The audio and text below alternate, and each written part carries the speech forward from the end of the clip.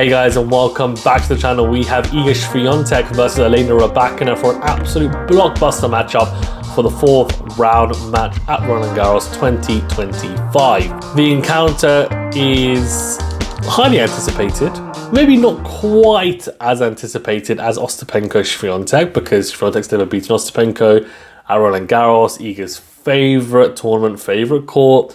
It would have been interesting to see how it played out. This is still extremely intriguing, and we're going to break it down, of course. Before we do, though, remember to hit that like button, do subscribe if you're new, and do leave a rating or review if you're listening on a podcast platform. Shout out and an appreciation for our members as well. Thank you for your contributions. Legends, of course. Head-to-head is 4 apiece. Is that right? Let's fact check that for a second before I get ahead of myself, because I don't know if that is right, to be honest. We'll find out in a second. Whilst we do, though, what I can say is that it is 4 apiece. Rybakina has beaten Swiatek on clay before, and that to me is a big factor when discussing this. She beat her on clay in 2024 in 3 sets in Stuttgart, indoor clay, so I won't give as much emphasis on that. Then she beat her in Rome. It was 2-1 in the 3rd set. Swiatek had to retire. She was in control, I think, of that match, if I'm being honest. It was 1 set apiece. My thinking is that Swiatek is the favourite. She's beaten Rybakina in both times they played this year in straight sets, 7-6, 6-4 United Cup, 6-2, 7-5 in Doha. Roland Garros, clay, I mean, it's going to be arguably harder for Rybakina than those 2 matches. However, what I will say is that Rybakina is playing a lot better form-wise than she was in those 2 matches. She has had a very topsy-turvy and inconsistent year to now. I think, especially during that 2nd set against Ostapenko, she was playing some really good tennis. If she can now carry that through into this match, she gives herself a very good chance. I do think Iga is the favourite, and she said herself in the press conference that she would have preferred Rybakina over Ostapenko. She didn't say that exactly, but it was implied with her very funny exchange with a reporter. So, yeah, I think she's definitely the favourite. I think that's fair to say. Whether I pick her to win is another story. So how she looked at Roland Garros so far, she's looked back to near her best, I would say. Back to near her best. She's been looking quite formidable. Wins over Christian, Stramkova, Raducanu. And the Christian wins 7-5 in the 2nd set. So that was a bit of a tight one, interestingly, but managed to get over the line. For Rybakina, she has dropped 1 set in the 1st round against Riera. A bit of a scare there. But then Jovic and Ostapenko, very, very comfortable wins. 6-2, 6-2 against Elena. So, how does this one play out? Well, Rybakina, there's a couple of things she needs to do.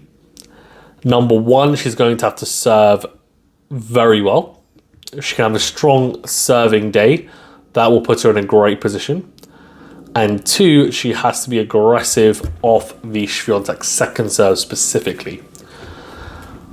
Yes, on clay, it is protected more because of she hits a good amount of spin on her kick 2nd serve. And on other courts, players tend to attack it quite a lot.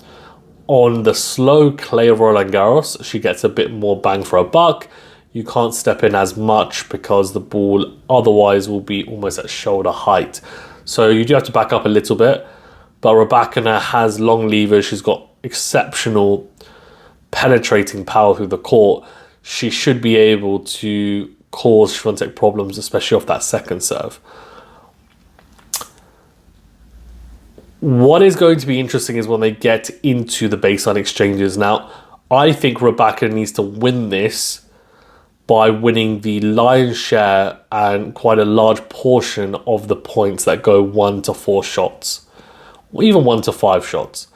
Anything beyond that, I think Swiatek is the favourite in the long range exchanges. Rybakina, when she's playing really well, she's got pretty good shot tolerance.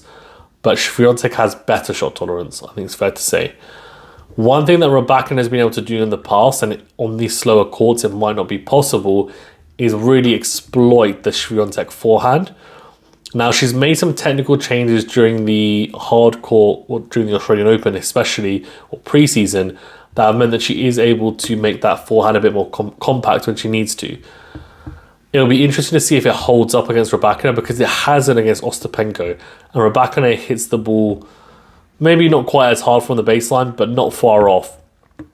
So I wonder whether Rybakina will look at how Ostapenko beat Swiatek during the clay court swing this year and think, okay, that's the blueprint. Now, Danielle Collins also beat Swiatek. She's a big hitting player as well, like Ostapenko, like Rybakina, and in fact, both those players don't possess the serve that Rybakina does. Ostapenko beat her in Stuttgart, Danielle Collins beat her in Rome. I think this is a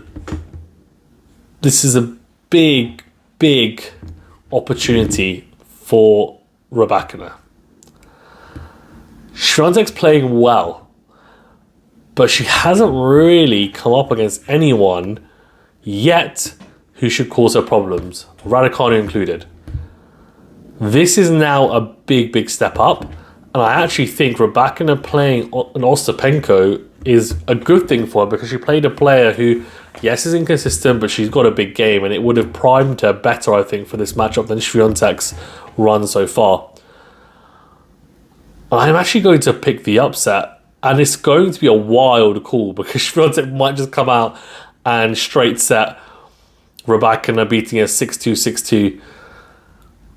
I'm going to go Rybakina in 3 sets. I actually have quite a lot of faith in her level and ability, but it's going to come down to the level that we see from her. If she doesn't play the level we saw in that second set against Ostapenko, at least that level, she's got no chance. So I'm really banking on her coming out, being highly motivated, and being able to find that form again. Whoever wins this, of course, will lead the head-to-head. Swiatek, I think, will be super confident. I honestly do. I think she seems happy. I think her level will be there. So it's whether Rybakina is able to spoil the party by coming out all guns blazing, really putting Swiatek on the back foot, which of course is going to be easier for Swiatek on a slow clay court than any other court. But what it also means is that it gives Rybakina time to set up her shots more. She's not as good a mover as Swiatek, but Swiatek hits a heavy ball. So it just means, I think, that Rybakina has a bit more time to set up. And she's got more power than Swiatek from the baseline to be able to hit through opponents. So it actually gives her a bit of an advantage there. But I think because she hits with such great depth as well, the slowness of the court doesn't have as much of an impact on her, if that makes sense. She doesn't hit angles as much as someone like Swiatek, which is great on a clay court, because, of course, you can drag out your opponent so effectively with those types of angled high topspin shots. So yeah, I'm going with the upset. Let me know in the comment section below what you think and why. Thanks very much, guys. Stay safe and well. We'll see you on the next video.